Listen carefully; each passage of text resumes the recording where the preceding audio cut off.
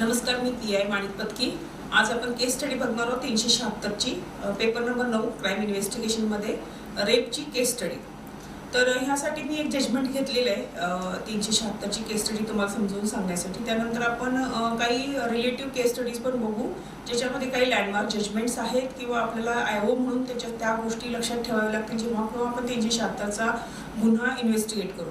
आणि त्यानंतर आपण एक चेकलिस्ट बघू 376 च्या गुन्ह्यांच्या मध्ये आपण आयओनं काय काय स्टँडर्ड ऑपरेटिंग सिस्टम जे म्हणतो आपण ती एसओपी जी आहे प्रोसिजर आहे ती आपण कशी फॉलो करायची याच्यासाठी मी काही पॉइंट्स देणार आहे ते नंतर बघू। आणि चौथी गोष्ट आहे की रेप विक्टिम बाबत जेव्हा जेव्हा आयओला रेप विक्टिमच्या गोष्टीशी आपल्याला संबंध येतो, रेप विक्टिमचे स्टेटमेंट घेणं, तिचं काउन्सिलिंग करणं ह्यासाठी, तेव्हा आपल्याला एक पोलीस ऑफिसर सोडून थोडंसं बाजूला येऊन सुद्धा काही गोष्टी डील कराव्या लागतात। तर आपण ते सायमल्टेनियसली एक एक पॉइंट बघायचं। ओके, पहिला आहे एक जजमेंट आहे छान, state of Maharashtra versus Prakash and अनादर, 24 मार्च 1992 ला हे सुप्रीम कोर्टनं लँडमार्क जजमेंट दिलेलं आहे रिगार्डिंग कन्सेंट। आणि हे ॲक्च्युली हा गुन्हा आहे 1978 सालचा, अमरावती जिल्ह्यामध्ये 78 साली अशी एक घटना घडली होती। त्याच्यानंतर ट्रायल कोर्ट जे अमरावती सेशन होतं त्यांनी ती लाईफ दिली होती आरोपींना, म्हणजे रिगरस इम्प्रिझनमेंट दिली होती। त्यांनी आरोपींनी त्या शिक्षेवरती मुंबई हायकोर्टमध्ये अपील केलं। तर मुंबई हायकोर्टमध्ये कन्सेंट नाही हे प्रॉसिक्युशनला प्रूव्ह करता आलं नाही, त्यामुळं कन्सेंट आहे असं सिद्ध झालं ना, म्हणजे आरोपी पार्टीने ते सिद्ध केलं ना हायकोर्टमध्ये, हे ट्रायल कोर्टचं जे जजमेंट होतं ते कॅन्सल करून आरोपींना मुक्त केलं। आणि महाराष्ट्र शासनानं ह्या मुंबई हायकोर्टच्या निर्णयावरती सुप्रीम कोर्टमध्ये अपील केलं। तर त्या अपीलमध्ये सुप्रीम कोर्टनं काही गोष्टी स्पष्ट केल्या regarding consent of the victim in the rape cases. तर त्याच्यावरती जी ट्रायल कोर्टनं जी शिक्षा दिली होती ती कंटिन्यू केली। तर आपण हे जजमेंट बघू। 1978 सालचं ही केस आहे, 376, 34 आणि 342 IPC, रॉंगफुल कन्फाइनमेंट आणि कॉमन इंटेन्शन आणि 376।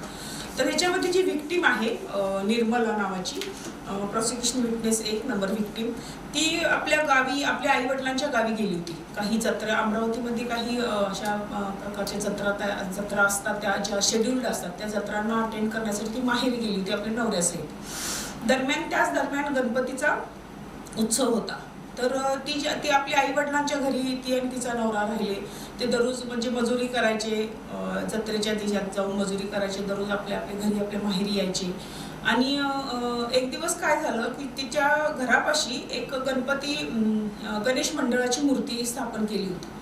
तर त्या गणेश मंडळाच्या मूर्तीच्या ठिकाणी, जसं आपण आता तुम्ही बाहेर गेल्यानंतर बघाल, प्रत्येक गणेश मंडळाच्या ठिकाणी जर तो थोडासा हे असेल तर गणेश मंडळ आणि पोलिसांचा एक कॉमन बंदोबस्त असतो। तर तिथे एक पोलीस कॉन्स्टेबल नेमणुकीस ठेवला होता अमरावती हेडक्वार्टरवरून। तर हा पोलीस कॉन्स्टेबल त्या बंदोबस्ताला युनिफॉर्मवर हजर असायचा।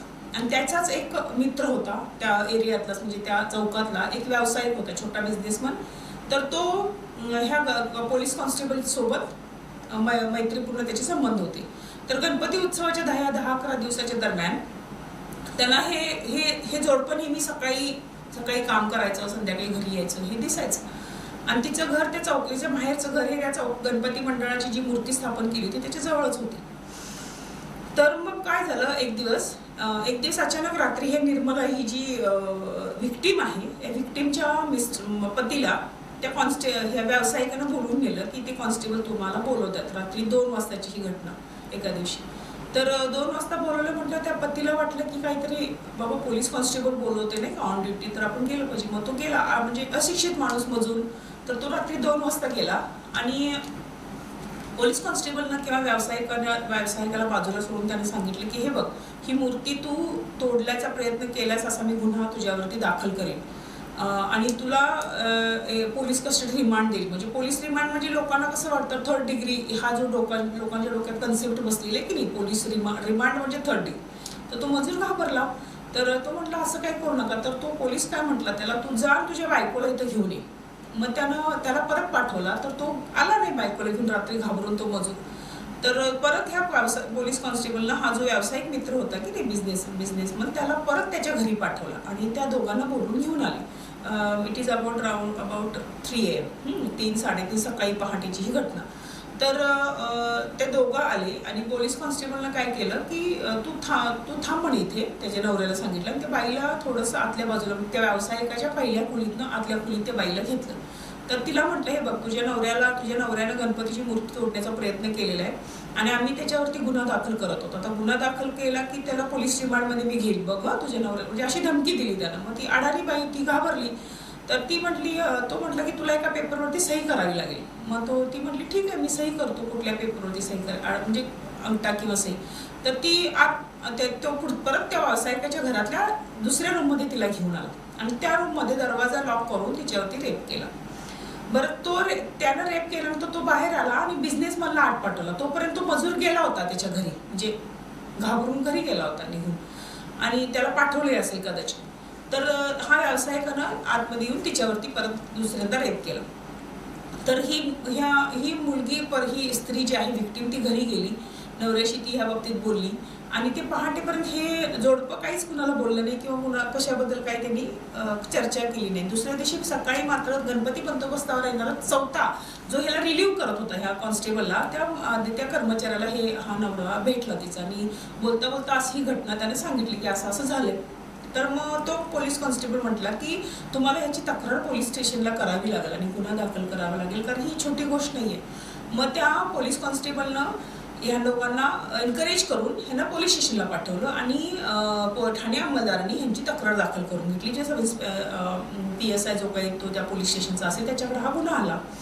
तर पोलीस स्टेशनला तक्रार दाखल केल्यानंतर, फिर्यादीची फिर्याद दाखल केल्यानंतर आयोनं किंवा जो काही इन्व्हेस्टिगेशन ऑफिसर होता तत्कालीन सब इन्स्पेक्टर, त्यांना घटनास्थळी भेट दिली, म्हणजे व्यावसायिकाच्या घराच्या ठिकाणी सीन ऑफ क्राईमला भेट दिली. जे काही बेडशीट आहे किंवा तिचे व्हिक्टिमचे कपडे आहेत, नंतर ह्या आरोपीचे कपडे आहेत, ते त्या कॉन्स्टेबलचे कपडे ताब्यात घेतले ज्याच्या विरुद्ध पहिला ज्यानं रेप केला. तर घरातल्या सगळ्या छोट्या छोट्या गोष्टीचे इन्क्रिमिनेटिंग एव्हिडन्सेस आहेत ह्या गुन्ह्यामध्ये, ते कलेक्ट केले गेले सीन ऑफ क्राईमवरून. आणि त्याच्यानंतर तो आयोनं काय केलं की विटनेस नोंदवले की कोण कोण विटनेस आहेत बाबा ह्याच्यामध्ये. नंतर ह्या व्हिक्टिमला दरम्यान त्यानं मेडिकलला पाठवलं. तर मेडिकलमध्ये असा रिपोर्ट आला की कुठलेही व्हायलेन्स झालेला आहे ह्या महिलेच्या बॉडीवरती, असे काही जखमांचे चिन्ह दिसत नाही. तसेच तिच्या वजायनल स्वॅबमध्ये सिमन सुद्धा अवेलेबल झालं नाही, परंतु तिच्या अंडरगार्मेंट्सवरती सिमन मिळालं आणि त्या दोन्ही आरोपींचे पण सिमन अंडरगार्मेंट्स ताब्यात घेतल्यानंतर पोलिसांना त्याच्यावरती पण सिमनचे डाग यांना दिसले, म्हणजे मेडिकल ऑफिसरला. आणि तेच FSLला सगळे कपडे इन्क्रिमिनेटिंग सगळे ह्या जे फिजिकल एव्हिडन्सेस करता हे पाठवण्यात आले. आता हे सगळे पुरावे दाखल झाल्यानंतर हे चार्जशीट दाखल केलं. तर अमरावती ट्रायल सेशन कोर्टनं ह्या महिलेचं आणि ह्या विटनेस जे आहे ते विटनेसच्या टेस्टिमोनीवरती, विक्टिमच्या टेस्टिमोनीवरती आणि फिजिकल एव्हिडन्सेस सिमनचं फक्त अवेलेबिलिटी आहे, तिच्या बॉडीत कुठलेही बॉडी व्हायलन्स ऑफेन्स नसताना, ती कुठल्याही प्रकारे तिने शाउटिंग केलं नसताना सुद्धा फक्त फिर्यादीच्या टेस्टिमोनीवरती रिलाय होऊन अमरावती सेशन कोर्टने ह्या दोन्ही आरोपींना लाईफ इम्प्रिझनमेंट दिली होती. आता ह्या अमरावतीच्या सेशन कोर्टवरती ह्या आरोपींनी हायकोर्टमध्ये अपील केलं. तर मुंबई हायकोर्टनं हे सांगितलं की ही फिर्यादी जेव्हा तिच्यावरती रेप करणार आहेत असं जेव्हा सिम्पटम्स तिला दिसले तेव्हा ती का नाही ओरडली. हायकोर्टमध्ये आरोपीच्या वकिलांनी हिच्यावरती जोर दिला आणि ह्याचा अर्थ तिचा कन्सेंट होता आणि तिचा नवरा गेल्यानंतर तिनं त्या ठिकाणी थांबण्याचा काही उद्देश नव्हता, तर ती त्या ठिकाणी का थांबली असं मुंबई हायकोर्टमध्ये आरोपीच्या वकिलांनी हा स्टँड घेतल्यामुळे हायकोर्टमध्ये ट्रायल कोर्टची जी शिक्षा दिली होती ती कॅन्सल झाली आणि ह्या आरोपीला सोडण्यात आलं. आता महाराष्ट्र शासनानं ह्या हायकोर्टच्या निर्णयावरती सुप्रीम कोर्टमध्ये अपील केलं 1992 साली. तर सुप्रीम कोर्टमध्ये ह्या गोष्टीवरती असं झालं की हे जे मजूर वर्ग आहे हा खूप म्हणजे अशिक्षित लोक आहेत, हे स्वतःच्या फक्त कामापुरतं आणि रोजंदारीवरती डिपेंड असणारी माणसं आहेत. आता जेव्हा ह्यांना एखादा युनिफॉर्म मधला पोलीस कॉन्स्टेबल सांगतो की हे असं आहे आणि हे तुम्हाला असं करावं लागेल, तर ती व्यक्ती घाबरून जाणार, सामान्य कॉमन पीपल घाबरून जाणार. आणि त्याच्यामध्ये सुप्रीम कोर्टानं 375 ऑफ IPC, ज्याच्यामध्ये डेफिनेशन ऑफ रेप सांगितलेली आहे की नाही, IPC 375, ह्याच्यातला थर्ड क्लॉज, तो थर्ड क्लॉज काय आहे, with her consent, when her consent has been obtained by putting her or any person in whom she is interested in fear of death or of hurt. म्हणजे ह्या कॉन्स्टेबलनं तिच्या नवऱ्याला 3rd degree म्हणजे रिमांडमध्ये घेईल, गुन्हा दाखल करेल अशी जेव्हा धमकी दिली, त्याला घाबरून तिनं ते कृत्य केलेलं आहे. त्यामुळे तिची कन्सेंट ही धमकीच्या ह्या प्रभावाच्या खाली तिनं ते आपलं विलिंगली, तिनं व्हॉलेंटरीली तिनं आपल्याला सरेंडर केलेलं आहे कॉन्स्टेबलला. याचा अर्थ सुप्रीम कोर्टानं हे सांगितलं की ही कन्सेंट नव्हती, ही धमकी वजा जे त्यानं सांगितलेलं होतं पोलिसांनी, अथॉरिटी अध्यापक असलेला पर्सन, एक युनिफॉर्म मधला असलेला पर्सन. आपण जेव्हा पोक्सोच्या बाबतीत बघितलं होतं हे की पर्सन्स अंडर अथॉरिटी, ह्या लोकांनी जेव्हा काही सांगितलं तेव्हा कॉमन पीपल घाबरतं आणि त्या लोकांना घाबरून किंवा त्या युनिफॉर्मच्या प्रेशरला घाबरून हे लोक काही गोष्टी ह्या करत असतात. याचा अर्थ त्याची कन्सेंट होती असं नाही. तर ह्या वर्षीच्यावरती सुप्रीम कोर्टाने हे सुद्धा सांगितले की ही पोलीस विटनेस, ही जी फर्स्ट विक्टीम आहे ती प्रॉस्टिट्यूट तर नाही की बाबा तिनं सेक्शुअल हे केलं, डिझायर कुणाची सॅटिस्फाईड केलं, त्याच्याबद्दल त्याला पैसे मिळाले. या मायनर कॉन्ट्राडिक्शन्सच्या ज्या आहेत ह्या सुप्रीम कोर्टानं गृहीत धरल्या, म्हणजे त्या थोड्याशा बाजूला ठेवल्या आणि तिच्या कन्सेंट नसल्याचं हे सुप्रीम कोर्टामध्ये सिद्ध झालं. तर त्याच्यामध्ये ह्या ज्या आरोपींनी हे स्टँड घेतला की बाबा आपलं पूर्वीचा जो त्यांनी स्टँड इथं चेंज केलं सुप्रीम कोर्टात, तर ते काय म्हटले की आम्हाला ह्याच्यामध्ये फाल्सली इम्प्लिकेट केलं जाते. तर सुप्रीम कोर्टनं हे सांगितलं किंवा ह्या जजमेंटमध्ये हे वाचायला मिळतं की कुणाला फाल्सली इम्प्लिकेट करणं किंवा कुणाला एखाद्या गोष्टीमध्ये फसवणं हे तुम्ही जोपर्यंत सिद्ध करू शकत नाही तोपर्यंत ते ग्राह्य धरता येते. It is not fact in the case. तर जोपर्यंत तुम्ही प्रॉसिक्युशन किंवा अपलेंट जी पार्टी आहे ते जेव्हा एखादी गोष्ट तुम्ही एखादी गोष्ट स्टँड घेता, ते तुम्ही कुठल्या तरी तथ्याच्या आधारे, फॅक्टच्या आधारे ते प्रूव्ह केलं पाहिजे. तर आरोपींना सुप्रीम कोर्टामध्ये स्वतः चुकीच्या रीतीने आम्हाला फसवलं गेलेलं आहे किंवा याच्यामध्ये गोवलं गेलं हे सिद्ध करता आलं नाही, म्हणून सुप्रीम कोर्टाने त्यांचा हा स्टँड रिजेक्ट केला.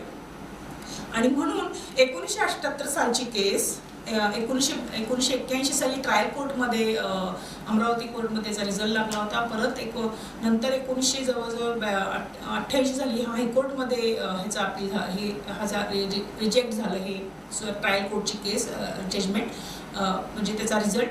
आणि हे सुप्रीम कोर्टामध्ये 1992 साली ह्याचं हा लँडमार्क जजमेंट दिलेलं आहे की एखाद्या अथॉरिटी असणाऱ्या पर्सनने जेव्हा एखाद्या व्यक्तीला धमकी वजा काही इशारा दिलेला असतो किंवा काही प्रेशर दिलेलं असतं, त्या अथॉरिटीच्या पर्सनला घाबरून जेव्हा एखादी विक्टीम एखादं कृत्य करते, it is not consent, it is not her consent.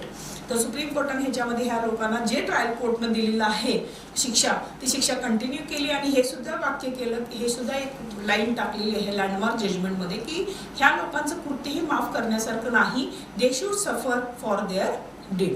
तर आपण हे जे जजमेंट आहे हे जजमेंट तुम्ही इंटरनेटवरती छानपणे वाचू शकता. ह्याच्यामध्ये आयओकडं खूप कमी एव्हिडन्सेस असताना, म्हणजे फिजिकल एव्हिडन्सेस तिच्या बॉडीवरती मिळालेले नाहीत. परिस्थितीजन्य पुराव्यामध्ये फक्त त्या सगळ्यांच्या कपड्यावरती सिमेंट आहे किंवा बेडशीटवरती सिमेंटचा डाग त्या मिळालेला आहे कार्पेटवरती.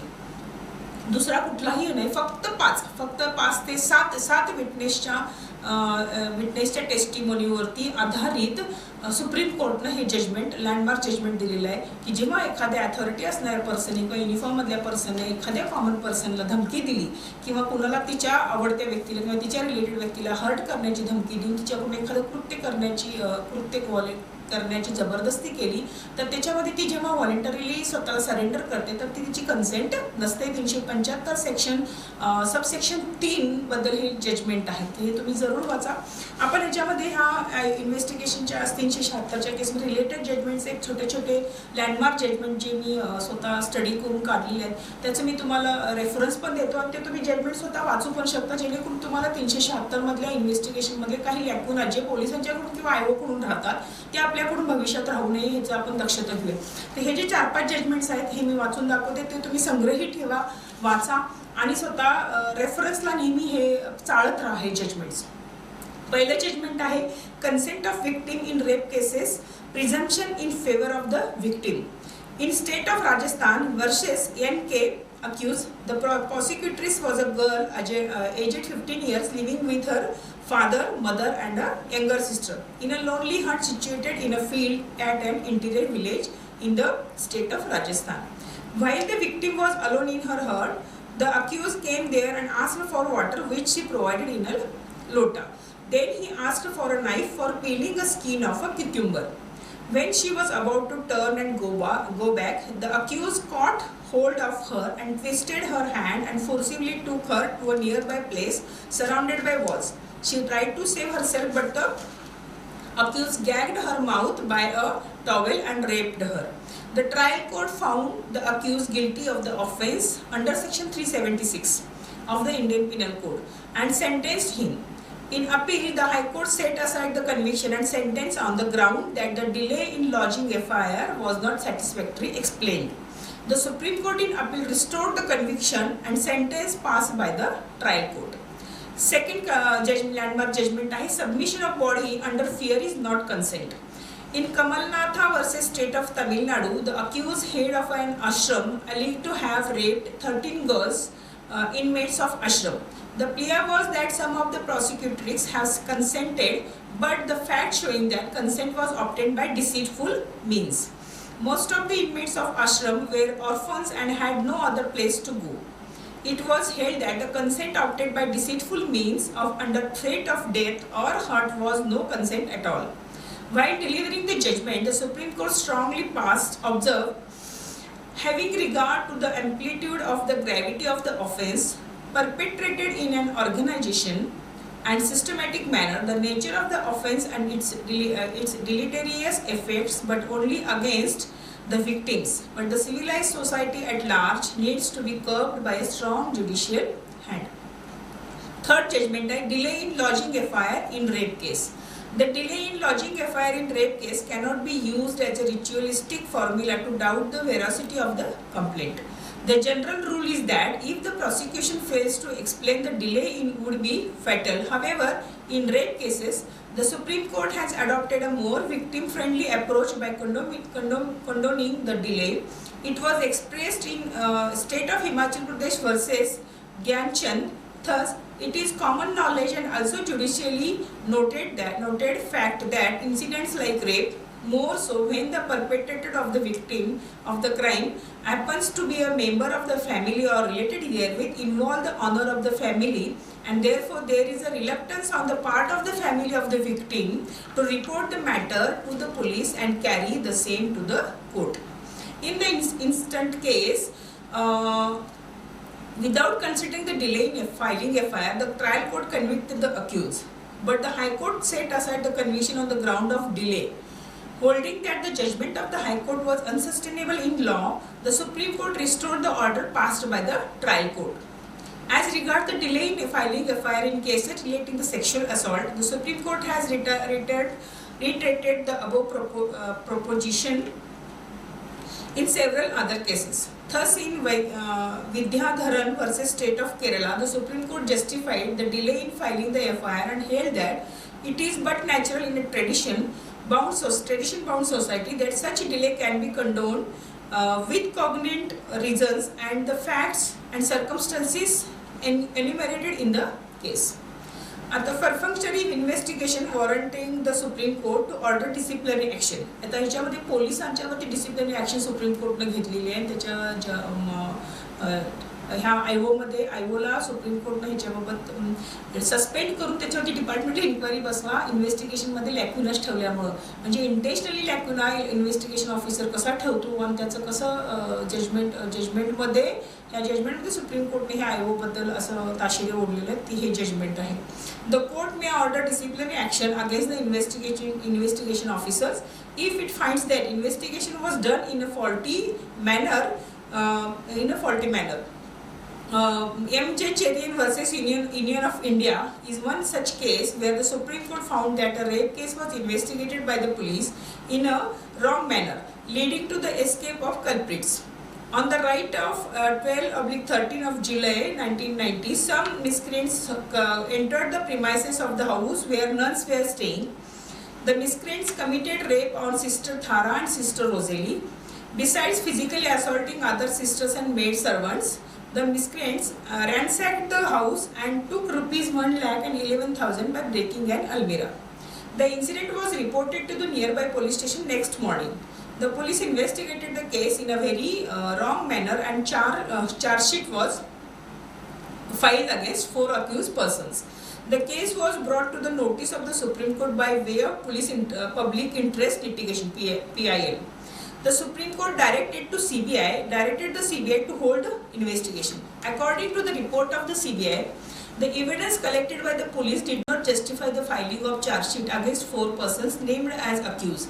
In view of the long lapse of time, there was hardly any chance to trace the culprits.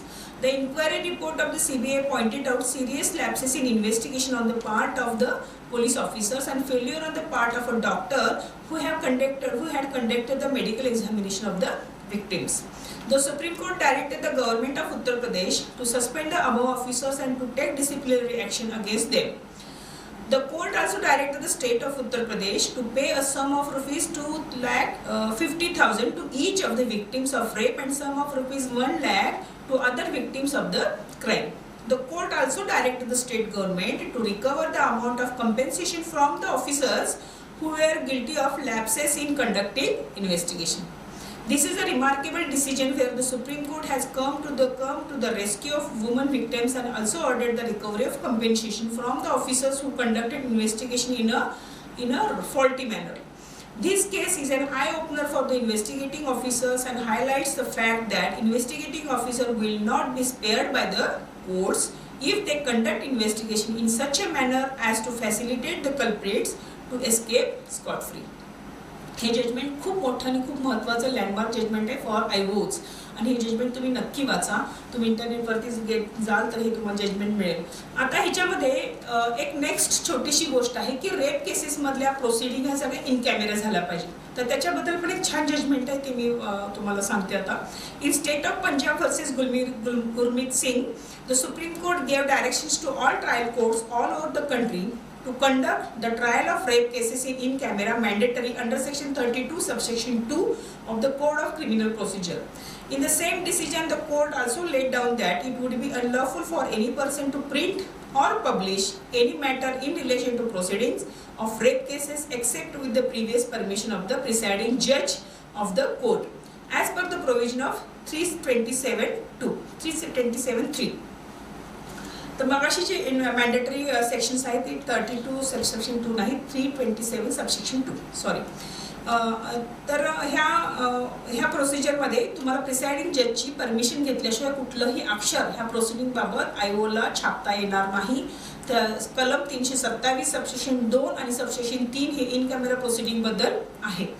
This is a salutary direction as any story of rape in newspaper or journal places the victim in poor lights. Generally, the society has a tendency to attach a stigma to the victim. म्हणजे rape केसमध्ये victimला सहानुभूतीऐवजी तिच्याकडे बघताना लोकांची नजर अशी एकदम दूषित होऊन जाते. तर ignoring the fact that she is just a victim and not a party to the offense. तर आपण हे लक्षात ठेवलं पाहिजे की हा गुन्हा तिच्यावरती घडलेला आहे, ती victim आहे. तर तिनं नाही स्वतःवरती हा गुन्हा उडवून घेतलेला आहे. म्हणजे क्रिमिनल्सना रिस्पेक्ट मिळतो 376 आणि व्हिक्टिमला जास्त शिक्षा सोसायटीकडून मिळते. Publicity in the press tarnishes her image and adversely affects her marriage prospectus due to no fault of her. Hence, prevention of adverse publicity is a measure intended to safeguard her interest and prevent unjustified tarnishing of her image. Hence, the decision is a shield for innocent victims of sexual assault to protect their image. हे judgment सुद्धा खूप महत्त्वाचं आहे state of Punjab versus Gurmeet Singh. आता ह्या थोड्या काही 3-4 judgement हे खूप महत्त्वाचे हे तुम्ही संग्रही ठेवा. आता आपण चेकलिस्ट बघूया 10 मिनिटात की 376च्या गुन्ह्यामध्ये आयोनं कुठले पॉईंट्स लक्षात ठेवले पाहिजेत. हे मी वाचतानाच हळूहळू वाचत जाईल जेणेकरून तुम्ही हे नोट डाऊन कराल आणि तुमच्या स्वतःच्या डायरीमध्ये जेव्हा तुम्ही फील्डमध्ये पण जेव्हा स्पेशली लेडी ऑफिसर्स की जेव्हा आपल्याला 376 सेक्शुअल असॉल्टचे गुन्हे आपल्याला इन्व्हेस्टिगेट करायचे असतात 376चे विशेषतः, तर हे चेकलिस्ट आपल्याला आपल्या ऑफिसमध्ये करूनच ठेवायची, फ्लॅश करून आपल्या याला फाईलला चिटकवून ठेवायची. तर प्रत्येक पॉईंट आपल्याकडून ॲज अन आयओ हे झाला पाहिजे, पूर्ण झाला पाहिजे. तर मी सगळ्या पॉईंट्स अगोदर वाचतो, ज्या पॉईंट्समध्ये काही सब पॉईंट्स आहेत ते सुद्धा सांगेन. तर आता प्रथम खबरी अहवालबद्दल म्हणजे FIR बद्दल 376च्या FIR मध्ये आयओनं कुठली खबरदारी ठेवली पाहिजे किंवा कुठले पॉईंट्स चेकलिस्ट कुठले ठेवली पाहिजे. एक आहे, घटना घडल्यानंतर गुन्हा दाखल करण्यास विलंब झाला आहे का. जर तो झाला असल्यास विलंबाचे कारण स्पष्टपणे FIR मध्ये नमूद केले आहे का. आरोपी जर ज्ञात असेल तर त्याचं नाव, पत्ता, इतर तपशील नमूद करण्यात आले आहे का. आरोपी अनोळखी असल्यास त्याचे परिपूर्ण वर्णन घेण्यात येऊन त्यास मी परत पाहिली असता ओळखेन असा उल्लेख तुम्ही केला आहे का त्याच्यामध्ये. बळीत मुलीच्या वयाचा उल्लेख, तिचा जन्म दाखला, शाळेचा दाखला याप्रमाणे घेतला आहे का. बळीत मुलीचे कपडे फाटले असल्यास किंवा त्यावर रक्ताचे, वीर्याचे डाग पडले असल्यास त्याचा तपशील घेतला आहे का. बलात्काराच्या वेळी झालेल्या झटापटीचा उल्लेख केला आहे का. बळीत मुलगी स्वतः फिर्यादी नसल्यास ज्याच घटना प्रथम ज्ञात झाली अशी व्यक्ती आहे का. असे असल्यास फिर्यादीमध्ये बळीत मुलीचा त्यावेळच्या स्थितीचा व चेहऱ्यावरील हावभावाचा उल्लेख केला आहे का. बळीत मुलगी अथवा घटनास्थळ 2 नावांनी ओळखले जात असल्यास तसा उल्लेख करण्यात आला आहे का. बळीत मुलीच्या अंगावर जखमा झाल्या असल्यास त्यांचाही उल्लेख FIR मध्ये केला आहे का. FIR मध्ये एवढ्या गोष्टी आपण लक्षात ठेवल्या पाहिजे. ही झाली FIR ची चेकलिस्ट. आता आहे घटनास्थळाचा पंचनामा ऑफ सीन ऑफ क्राईम. तर पंचनाम्यासाठी निघताना पोलीस ठाण्याचा सील किंवा शिक्का व किट बॉक्स सोबत घेऊन निघाल्याचा उल्लेख ठाणे दैनंदिनीमध्ये केला आहे का. पंचनाम्यासाठी घटनास्थळ कोणी दाखवले त्याचा पंचनाम्यात उल्लेख केला आहे का. घेण्यात आलेले पंच अब्रुदार चांगले व्यक्ती आहेत का, ह्याचं सुद्धा आपण काळजी केली पाहिजे. पंच आजारी किंवा वयोवृद्ध आहेत का याची खात्री केली पाहिजे. किमान 2 पंच घेण्यात आले आहेत का आणि त्यातला एक पंच कंपल्सरी स्त्री आहे का. घटनास्थळाची चतुसीमा पंचनाम्यात उल्लेख केला आहे का, चतुसीमेचा, सगळ्या borders of scene of crime. घटनास्थळी फुटलेल्या बांगड्या, कपडे, हत्यार, रक्ताचे, वीर्याचे डाग, केस अशा प्रकारचे काही फिजिकल एव्हिडन्सेस मिळून आले आहेत का. घटनास्थळी रक्तमिश्रित माती, साधी माती यांचे वेगवेगळे नमुने घेतले आहे का. पंचनामा करतेवेळी अशा प्रकारचा उजेड होता याचा उल्लेख, म्हणजे जर सूर्यप्रकाश असेल तर सूर्यप्रकाशा उजेडात, इलेक्ट्रिक ट्यूब असेल तर त्याच्या उजेडात, किंवा बल्ब असेल तर, किंवा काहीच नाही तर स्टिक जी रस्त्यावरची जो लाईट असतो त्याचा सुद्धा आपण उल्लेख पंचनाम्यात करू शकतो किंवा त्याच्या प्रकाशात आपण हा पंचनामा केला. पंचनामा सुरू केल्याची व संपल्याची वेळ नमूद केली आहे का. पंचनाम्यावर पंच तसेच तपासी अधिकारी यांनी स्वाक्षरी केली आहे का. आता हे झाले पंचनाम्याबाबतचे पॉइंट्स जे चेकलिस्ट मध्ये आले पाहिजे. FIR बघितलं, पंचनाम्याचे बघितले पॉइंट्स. आता आपण थर्ड आहे अटक किंवा कपडे ताब्यात घेण्याचा पंचनामा. आरोपीच्या अंगावर जखमा दिसून आल्यास तसे पंचनाम्यात नमूद करण्यात आले आहे का. कपड्याचा रंग, त्याची अचूक स्थिती किंवा फाटलेले किंवा त्याच्यावर काही डाग आहे का इत्यादी घेतली आहे का. कपडे ओले असल्यास ते सुकवण्याची व्यवस्था त्वरित करण्यात आली आहे का. ताब्यात घेतलेले कपडे व्यवस्थित सील करून त्यावर पंचांच्या सहीचे लेबल लावण्यात आले आहे का. अटक करताना आरोपीचे कपडे जेव्हा तुम्ही ताब्यात घ्याल तेव्हा ह्या गोष्टी, ह्या चेकलिस्ट बाबत, ह्या पॉइंट्स बाबत आपण नोंद केली पाहिजे, घेतली पाहिजे. आता चौथा पॉइंट आहे. पहिला पॉइंट आपण बघितला चेकलिस्टचा FIR, दुसरा बघितला घटनास्थळाच्या पंचनाम्याचा चेकलिस्टचे पॉइंट, तिसरा बघितला अटक किंवा आरोपीच्या कपड्याचा पंचनामा करतानाचे पॉइंट्स. आता चौथा आहे वैद्यकीय तपासणीबाबतचे चेकलिस्टचे पॉइंट. बळीत मुलगी अल्पवयीन असल्यास तिचा जन्म दाखला, शाळेच्या दाखल्याप्रमाणे असलेले वय वैद्यकीय अधिकाऱ्यास अवगत केले का. बळीत मुलीच्या अंगावर जखमा, केस अथवा इतर काही दुवा मिळून आल्यास, केस म्हणजे प्युबिक हेअर, प्रायव्हेट पार्टवरचे जे केस आहेत तिच्या अंगावर जर मिळून आले तर असे काही दुवा मिळून आला आहे का. आरोपीतास अटक करताच त्याची वैद्यकीय तपासणी करण्यात आली आहे का. घटना घडल्यानंतर बळीत मुलीची वैद्यकीय तपासणी शक्य तितक्या लवकर करण्यात आली आहे किंवा कसे. आरोपिताच्या अंगावर ओरखडे अगर चावल्याच्या जखमा, केस अथवा इतर काही दुवे मिळतात का. बळीत मुलीच्या हाताच्या नखांचे नेल क्लिपिंग घेण्याची विनंती वैद्यकीय अधिकाऱ्यांना केली आहे का. आरोपी संभोग करण्यास सक्षम आहे असा वैद्यकीय दाखला घेतला आहे का, पोटेन्सी टेस्ट. आता पाचवा मुद्दा आहे DNA चाचणी. रासायनिक तपासणी करण्यासाठी पाठवलेल्या वस्तू ताब्यात घेतल्यापासून लवकरात लवकर तपासणीसाठी पाठवण्यात आल्या आहेत का. बळीत मुलगी गर्भवती होऊन तिला मूल झाल्यास त्याची DNA चाचणी करण्यात आली आहे का. सदर चाचणीची तंत्रशुद्ध पद्धत DNA प्रयोगशाळेकडून अवगत करून घेण्यात आली आहे का. आरोपी, बळीत मुलगी व अनौरसपणे जन्मलेले मूल यांचे रक्ताचे नमुने तंत्रशुद्ध पद्धतीने प्राप्त करून अधिकाऱ्यामार्फत विहित वेळेत DNA प्रयोगशाळेत पाठवण्यात आले आहेत का. DNA अथवा इतर चाचणी देयके मूळ कागदपत्रात समाविष्ट केली आहेत का? आता हे झाले 5 पॉइंट. पहिला आहे FIR, दुसरा आहे घटनास्थळ पंचनामा, तिसरा आहे आरोपीचे अटक करण्याचे किंवा त्याच्या कपड्यांचा पंचनामा, चौथा आहे वैद्यकीय तपासणी, पाचवा आहे DNA बाबतचे. हे 5 पॉइंटची चेकलिस्टचे पॉइंट बघितला. तर सहावा आहे रासायनिक तपासणी, केमिकल अनालिसिस. रासायनिक तपासणी करण्यासाठी पाठवलेल्या वस्तू ताब्यात घेतल्यापासून लवकरात लवकर तपासणीसाठी पाठवण्यात आल्या आहेत का? सदर प्रमाणे जप्त वस्तू कलिना येथील प्रयोगशाळेत नेणाऱ्या अंमलदाराचा जबाब नोंदवण्यात आला आहे का? रासायनिक तज्ञांचा अहवाल विशिष्ट मुद्द्यावर मागवण्यात आला आहे का? उदाहरणार्थ समजा आता रक्त सापडलं तर ते हे रक्त प्रश्नावली एक असते आपली फिजिकल एव्हिडन्सेस मध्ये. आपण जेव्हा केमिकल अनालायझरला पाठवतो की बाबा हा जो लाल द्रव दिसतो आहे या कपड्यावरती तो रक्त आहे का? जर रक्त असेल तर तो मानवी आहे की कुठल्या प्राण्याचा आहे? जर हे मानवी रक्त असेल तर ते स्त्री कुठल्या रक्तगटाचा आहे किंवा स्त्रीचा आहे की पुरुषाचा आहे, किंवा त्याच्यामध्ये डीएनएचा काही डीएनएची आपण त्याचा रिपोर्ट मागू शकतो. अशा ह्या रक्त जर समजा आपण फिजिकल एव्हिडन्स पाठवलं तर रक्ताबाबतची हा प्रश्नावली आपण आयोगानं केलं पाहिजे, म्हणजे केमिकल अनालायझरकडे पाठवताना.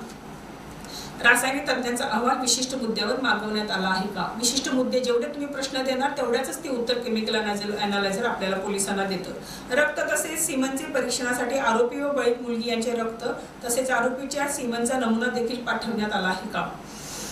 रक्तमिश्रित मातीसोबत साधी माती रक्तमिश्रित नसलेली, साधी म्हणजे रक्तमिश्रित नसलेली, तपासणी करता पाठवण्यात आली आहे का? कपड्यांचा तुकडे, बटन, केस, बांगड्यांचे तुकडे इत्यादी यांच्यासोबत त्यांचे मूळ सॅम्पल पाठवण्यात आले आहेत का? आता 7वा पॉइंट आहे ओळख परेड. आरोपी अनोळखी असल्यास आरोपीची ओळख पटवण्यासाठी ओळख परेड घेण्यात आली आहे का? आरोपी ज्ञात असला तरी परिस्थितीजन्य पुराव्यासाठी साक्षीदारांसाठी उदाहरणार्थ लॉजचे हॉटेलचे व्यवस्थापक, वेटर, नोकर इत्यादी यांची यांच्याकडून ओळख परेड घेण्यात आली आहे का? ओळख परेड सर्व नियमांचे पालन करून विशेष कार्यकारी अधिकारी यांची मार्फत घेण्यात आली आहे का? आता 8वा पॉइंट आहे चेकलिस्ट मधला जबाब स्टेटमेंट्स. बळीत मुलीचे प्रथम अपहरण करण्यात आले असल्यास आरोपीने बळीत मुलीस पळवून नेताना प्रत्यक्ष पाहिलेल्या व्यक्तीचा जबाब, प्रत्यक्षदर्शी साक्षीदार कोणी असेल तर त्याचा जबाब घेतला आहे का? साक्षीदारांचे जबाब नोंदविताना त्यात बळीत मुलीचे वय, आरोपिताचे वर्णन अथवा नाव यात सुसूत्रता आहे का? मुलगी अल्पवयीन असल्यास वयाच्या पुराव्यासाठी खालीलपैकी कोणता पुरावा प्राप्त करण्यात आलेला आहे? 1. जन्म नोंद दाखला प्राप्त केला आहे का? दुसरा शाळेचा दाखला किंवा शाळा सोडल्याचं प्रमाणपत्र आहे का? तिसरं शाळेच्या रजिस्टरचा उतारा मिळवला आहे का? चौथं शाळेचे संबंधित क्लार्क, शिक्षक यांच्या रजिस्टरच्या अनुषंगाने जबाब नोंदविला आहे का? म्हणजे जर समजा आपण शाळेचा दाखला किंवा प्रमाणपत्र, शाळा सोडल्याचं प्रमाणपत्र जर घेतलं किंवा जे संबंधित कुठलंही शाळेच्या संबंधित डॉक्युमेंट आपण घेतलं तर शाळेच्या अथॉरिटीचं पण स्टेटमेंट आपल्याला त्याला जोडावं लागेल. आता वैद्यकीय अधिकारी यांचा अहवाल त्या वयाच्या बाबतीत प्राप्त केला आहे का? बळीत मुलीने घटना सर्वप्रथम ज्या व्यक्ती सांगितली त्या व्यक्तीचा जबाब पोलिसांनी घेतला आहे का हे चेक करावं लागेल. बळीत मुलीचे अपहरण केले असल्यास आरोपीकडे बस, रेल्वे, विमान तिकीट, लॉज, हॉटेलचे बिल इत्यादी दुवे आपण मिळवलेत का? वरीलप्रमाणे दुवे मिळवले असल्यास ते पंचनाम्याद्वारे ताब्यात घेतले का? आरोपीने बळीत मुलीची चित्रफित, फोटो यांच्याद्वारे जर ब्लॅकमेल करून बलात्कार केला असल्यास सदरचे साहित्य पंचनाम्याद्वारे हस्तगत केले आहे का? साक्षीदारामध्ये कुणी आरोपिताचे जवळचे नातेवाईक आहे का? लॉज, हॉटेल, मुसाफिरखाना, धर्मशाळा इत्यादी रजिस्टर हॉस्पिटल व पोलीस ठाणे येथील त्यांच्या रजिस्टरचा उतारा प्राप्त करण्यात आला आहे का? हॉस्पिटलमधून EPR संदेश देणाऱ्या तसेच पोलीस ठाण्यात सदरचा संदेश लिहून घेणाऱ्या अंमलदाराचे जबाब घेतले आहेत का? आरोपी अटक केल्यानंतर फिर्यादी बळीत मुलगी हिचा पुरवणी जबाब घेतला आहे का? आरोपी गुन्ह्याबाबत कबुली जबाब देण्यास अथवा एखादा महत्त्वाचा साक्षीदार शक्यतेवर गुन्ह्याची हकीकत सांगण्यास तयार असल्यास CRPC कलम 164 अन्वये त्याची कार्यवाही करण्यात आली आहे का? मुद्देमाल प्रयोगशाळेत जाऊन घेऊन आणणाऱ्या अंमलदाराचे जबाब नोंद केले आहेत का? आता 9वा पॉइंट आहे दोषारोपपत्र सादर करताना आयोगाला कोणती चेकलिस्टची काळजी किंवा पॉइंट पूर्ण करावे लागतील? गुन्ह्याचे आरोपी विरुद्ध दोषारोपपत्र सादर करण्याइतपत पुरावा आयोगाला प्राप्त झाला आहे का? गुन्ह्याच्या कागदपत्रांची तपासणी पोलीस निरीक्षक, उपविभागीय पोलीस अधिकारी तसेच अप्पर पोलीस अधीक्षक यांनी करून तपासातील त्रुटींचे निराकरण करण्यात आले आहे का? 10वा पॉइंट आहे चेकलिस्ट मधला सुनावणीच्या वेळी घ्यावयाची काळजी ट्रायलच्या दरम्यान. आरोपी गुन्ह्याबाबत कबुली जबाब देण्यास अथवा एखादा महत्त्वाचा साक्षीदार शक्यतेवर गुन्ह्याची हकीकत सांगण्यास तयार असल्यास CRPC कलम 164 प्रमाणे कार्यवाही करण्यात आली आहे का? एखादा साक्षीदार आरोपीच्या जवळचा नातेवाईक असल्यास त्याने दडपण न येता मोकळेपणे साक्ष देण्याकरता त्याची साक्षी इन कॅमेरा घेण्यासाठी कार्यवाही करणार आहात का?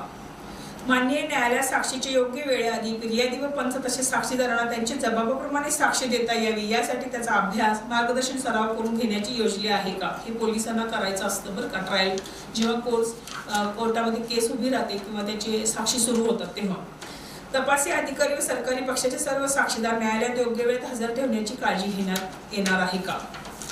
एवढे सगळे चेकलिस्ट आपल्याला एक लिस्ट बनवून 376चे जेव्हा जेव्हा आपण इन्व्हेस्टिगेशन करू ॲज अन IO हे आपल्याला लक्षात ठेवलं पाहिजे. ही झाले 376चं आपण काय बघितलं, एक छान जजमेंट बघितलं. त्याच्यामध्ये कन्सेंटचे रिलेटेड काही महत्त्वाचे लँडमार्क जजमेंट 4-5 बघितले. ते जजमेंटही तुम्ही अभ्यासा स्वतःहून. आणि आपण चेकलिस्ट बघितली 376च्या गुन्ह्यामध्ये आयओनं कुठली चेकलिस्ट कुठले पॉईंट्स पूर्ण केले पाहिजे फॉर अँड गुड इन्व्हेस्टिगेशन.